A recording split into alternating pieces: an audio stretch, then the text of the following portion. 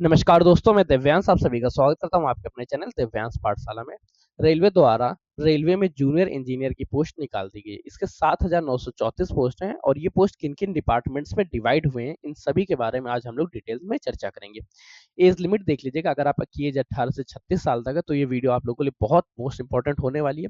इस वीडियो में हमारी चर्चा के विषय रहेंगे कि आपको इन हैंड सैलरी क्या मिलेगी, क्या सैलरी आपका रहेगा, क्या वेतनमान रहेगा, क्या ग्रेड पे आप लोगों का रहेगा। साथ में हम लोग चर्चा करेंगे सेकंड पॉइंट्स में कि जो पोस्ट हैं, जो 7,934 पोस्ट हैं, इसको किन-किन डिपार्टमेंट में किस तरह से डिवाइड किया गया। उसके बाद हम लोग चर्चा करेंगे एज के बारे में, आपके एजुकेशन क्वालिफिकेशन के बारे में, अदर क्वालिफिकेशन के बारे में। फोर्थ पॉइंट्स में हम लोग चर्चा करेंगे कि इसके लिए क्या-क्या स्टेप्स हैं, किस तरह से आप जेईई बन सकते हैं। जेईई बनने के बीच में आने वाले सभी रोड़ों के बारे में चर्चा करेंगे और इन सभी के बारे में अगर आपको जानकारी चाहिए तो सेशन को लाइक करिएगा, दोस्तों के साथ शेयर कर दीजिएगा। चैनल पे नए आए तो चैनल को सब्सक्राइब कर लीजिए, क्योंकि आपका ये सब्सक्रिप्शन हमारे लिए मोटिवेशन का और आपका सिलेक्शन के प्रति एक नया कदम होता है। तो चलिए सिलेक्शन के प्रति नए कदम को आगे बढ़ाते हुए चर्चा करते हैं इस नोटिफिकेशन के बारे में। ये नोटिफिकेशन अभी रिलीज हुआ था 22 तारीख को, मतलब कल के दिन रिलीज हुआ था। पदों की संख्या बताई गई थी इसमें 7,934 पद।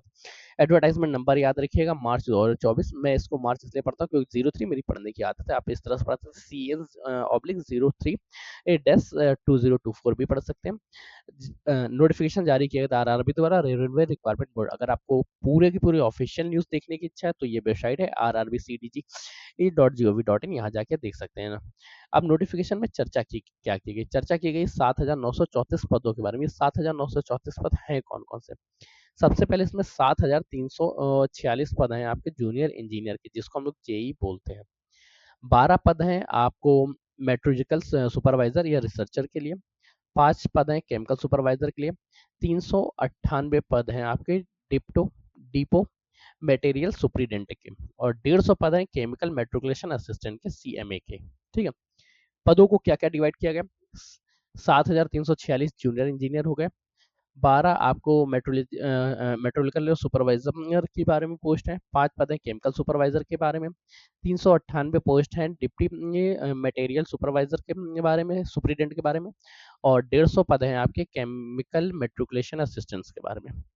ये पदों का डिवाइडेशन है डिपार्टमेंटल वाइज कि किस तरह के पद हैं।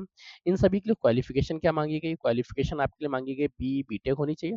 इसके साथ जो रिलेटेड डिसिप्लिन हैं कुछ अलग ले, जैसे आप केमिकल ब्रांच से रहेंगे तो आपको केमिकल में होना चाहिए, आपका डिप्लोमा होना चाहिए, ग्रेजुएशन डिग्री होनी चाहिए। तो उस बारे में आप लोगों की ये पद दिए गए हैं।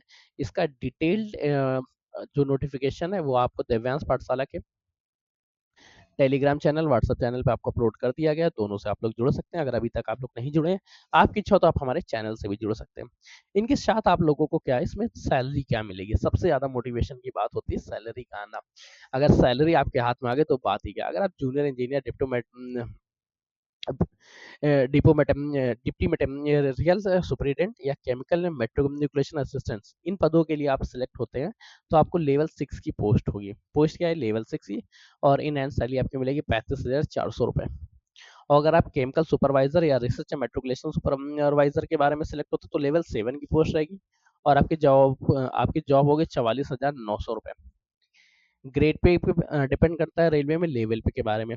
लेवल 6 की जॉब होगी तो 35,400, और लेवल 7 तक आप आ जाएंगे तो लेवल 7 में शुरुआत आपकी होगी 44,900। शुरुआत में इतनी वैकेंसी, इतनी जॉब, ये कभी भी मन नहीं करता है कि इसे छोड़ सके। अब इनके लिए आपको करना क्या पड़ेगा, वो सबसे ज़्यादा जरूरी है कि अगर आप इस पद को पाना चाहते हैं, इस तरह की लेवल 6 की जॉब पाते हैं, लेवल 7 तक आप जाना चाहते हैं, तो अब आपको करना क्या होगा, आपको 2 एग्जाम देने पड़ेंगे। इसके लिए 2 सीबीटी होंगे। पहले सीबीटी 1 होगा, फिर आपका सीबीटी 2 होगा। सीबीटी 1 और सीबी T2, इन दोनों के दोनों में आप लोगों को पेपर देना पड़ेगा। पेपर से जो लोग पास होंगे उन लोगों को मेडिकल देना पड़ेगा, अदर क्वालिफिकेशन के साथ पास होंगे। पर आपके हाथ में सबसे ज़्यादा क्या, सबसे पहले तो आपको फॉर्म फिल करना है। फॉर्म फिल करने के लिए डेट क्या है वो और ज़्यादा इंपॉर्टेंट हो जाती है, क्योंकि चलो हम पद चाहते हैं, पद में सिलेक्शन भी लेना चाहते हैं, पर इसमें के लिए डेट कब से आएगी। देखिए, जो आपके फॉर्म इसके ओपन होंगे वो ओपन होंगे आपके फॉर्म 30 जुलाई से, ओपन रहेंगे 29 अगस्त तक। 30 जुलाई से 29 अगस्त, 1 महीने की विंडो के दौरान आपको फॉर्म भरना पड़ेगा। फॉर्म भरने के बाद आप लोग शॉर्टलिस्टेड किए जाएँगे सीबीटी 1 के लिए। सीबीटी 1 में जो लोग पास होंगे वो लोग शॉर्टलिस्टेड किए जाएँगे। सीबीटी 1 से जो लोग शॉर्ट होंगे वो जाएँगे सीबीटी 2 में। सीबीटी 1 और सीबीटी 2 को पास करने के बाद आप लोगों का मेडिकल होगा। मेडिकल के बाद एक फाइनल मेरिट आएगी और फाइनल मेरिट के बाद आप जाके सिलेक्शन ले लेंगे।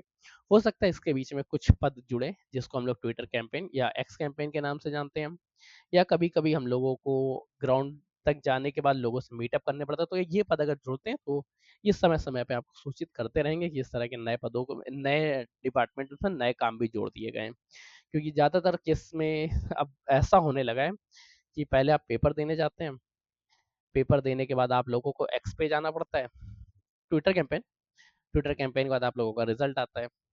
रिजल्ट में कुछ गलतियाँ होती हैं, उन गलतियों को सही करने के लिए फिर आपको एक्स पे जाना पड़ता है। एक्स के बाद फिर आप सीबीटी 2 में पास करते हैं। सीबीटी 2 के बाद फिर कभी-कभी एक्स पे जाना पड़ता है।